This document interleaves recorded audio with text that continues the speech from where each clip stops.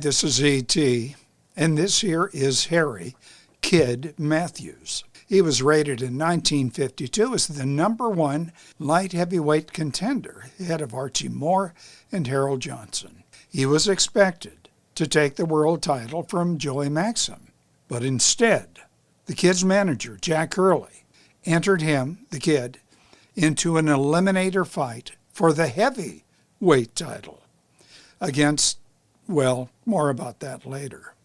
Now, E.T. has a pal named Charlie, one smart guy, an attorney, and he holds a Ph.D. in philosophy. And he reminded E.T. of Jean-Paul Sartre's claim that we are exactly what we've chosen to be, nothing more, nothing less. So by Sartre's reasoning, Harry Kid Matthews, in not challenging for the light heavyweight title, which odds makers assumed that he'd win, he did so of his own volition. Now, E.T. will let you decide that. Plus, you'll decide if it may have been a wise decision. Well, first, let's examine the Kid's history. Kid Matthews grew up in a very tiny Emmett, Idaho, spent his adult years outside of Seattle in a community known as White Center. It was a working-class neighborhood, and like young Jerry Query a few years later, the Kid was pushed into boxing by his father. The Kid's father was a blacksmith, and like another Northwest-born fighter, Spokane's Kirk Barrow, the Kid was not a natural heavyweight.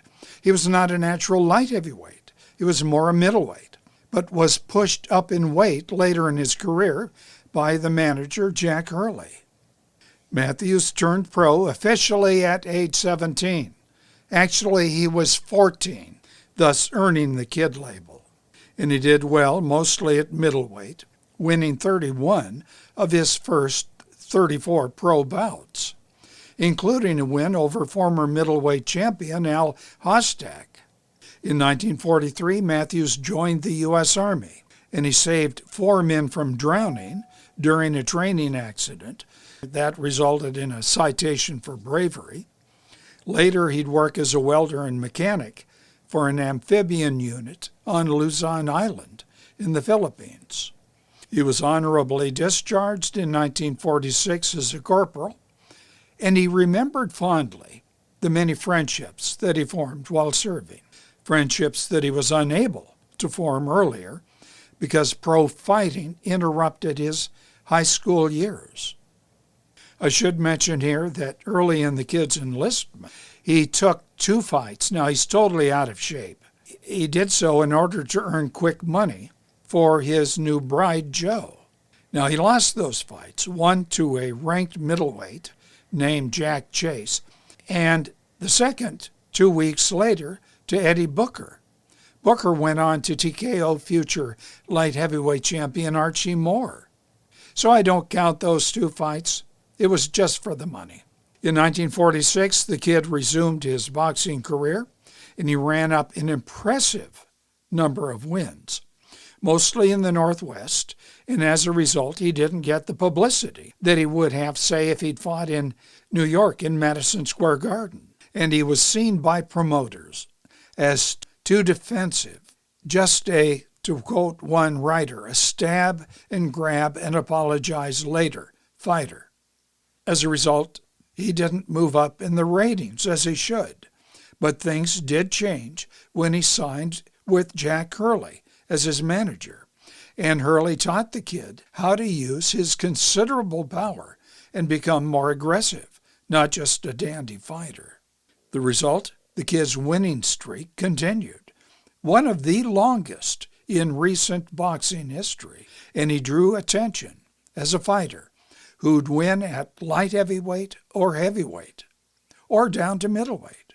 And when he soundly beat #1 light heavyweight contender, Irish Bob Murphy, that was in, I think, March of '51, the Kid was ready to sign to fight the champion, Joey Maxim, a fight that the Kid was expected to win. But manager Hurley held out for, well, 2 puzzling options. One was a fight against middleweight champion Sugar Ray Robinson, or Secondly, an elimination fight against a top heavyweight contender, the winner of which would challenge for the heavyweight crown held by Ezzard Charles and then, a while later, by Jersey Joe Walcott. I should add here that the Kid later on, years later, would beat Charles.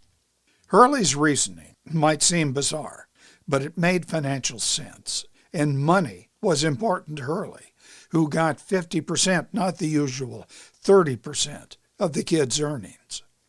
For instance, number one, the light heavyweight title did not mean much since Gene Tunney retired, and that meant fewer attendees to the fights and a smaller purse. And number two, the Kid's natural weight was closer to middleweight, and he could easily make that weight, although the Matthews-Robinson fight would probably be at light heavy. And number three, Robinson, though the most winning fighter of his or any day, had lost a decision recently to Randy Turpin. I believe that was his second loss, although he avenged it later with a savage knockout. But that loss did prove that Sugar Ray was vulnerable. Robinson, by the way, would lose to Joey Maxim in 1952. And number four, a Robinson-Matthews fight would bring in a huge gate, both combatants with unbelievable winning streaks and the ability to box and punch. And number five, reason why Hurley's decision to avoid going for the light heavy title was the Kid did very well against the heavyweights too. And if he won the final elimination match, his title shot was guaranteed, and his chance of winning was considered good. Now, his opponent in that elimination bout, although undefeated, had started pro boxing late in life, and he had far fewer fights than the Kid. And he proved vulnerable to a slick boxer, especially if that slick boxer could punch like the Kid. So, what happened? Hurley decided to go for the heavyweight elimination bout. The heavyweight title was now held by Arnold Cream, you know him as Jersey Joe Walcott. At first, the Kid's opponent's manager did not want his boy to fight somebody as slick as the Kid. He might well outbox, maybe hurt, outpoint his fighter. And contender Rex Lane, who recently had taken a unanimous decision over Walcott but lost to the Kid, predicted, and I'm quoting Lane, the Kid would counterpunch this opponent silly. Well, here's what happened. The elimination fight did take place. Yankee Stadium, July 28, 1952. The Kid's opponent, because of that knockout record, a 2-1 favorite, despite the Kid's far more impressive boxing record. At weigh-in, the Kid came in 4 pounds above the minimum heavyweight division weight. And as discovered later, that was because Hurley inserted lead weights into the Kid's shoes. And before that, he had limited most of the Kid's training while fattening him up with mashed potatoes and custard pies. Although the fight was an important one, it did not draw the expected gate.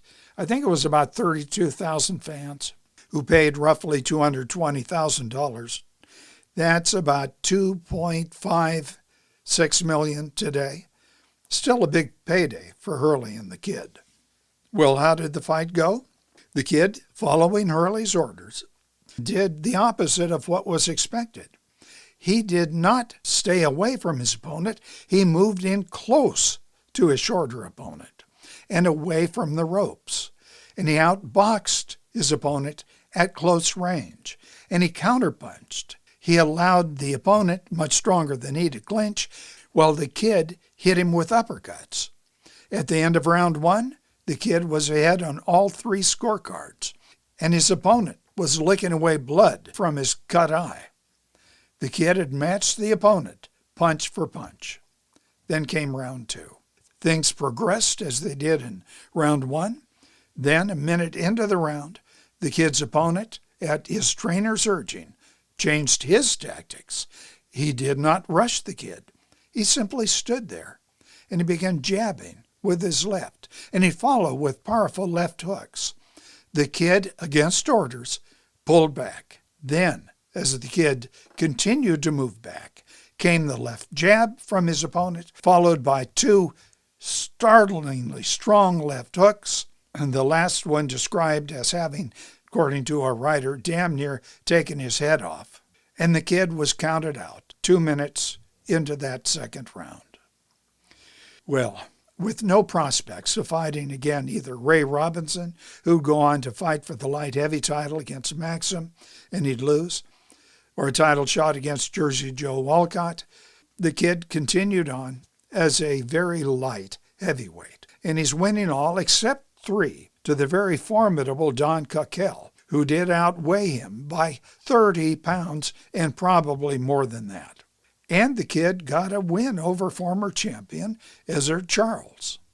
Well, in retirement, back in White Center outside of Seattle, the kid enjoyed celebrity status as he worked and owned several businesses. He even became an inventor, including an under-chassis attachment for a car that would lift it up in order to put the car into a tight parking space. It was so impressive that the famed entrepreneur, Henry Kaiser, came to take a look at it, and he would have bought it, except it was too heavy. The kid had a good life there, inventing and seeing friends and running his businesses.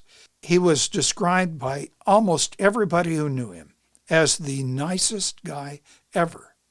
Harry Kid Matthews would die at the age of 80, beset later in life by that same ailment that takes down so many fighters. Oh, I forgot to mention that Matthews, after his second round knockout loss, got to know his opponent. That opponent went on to take the title.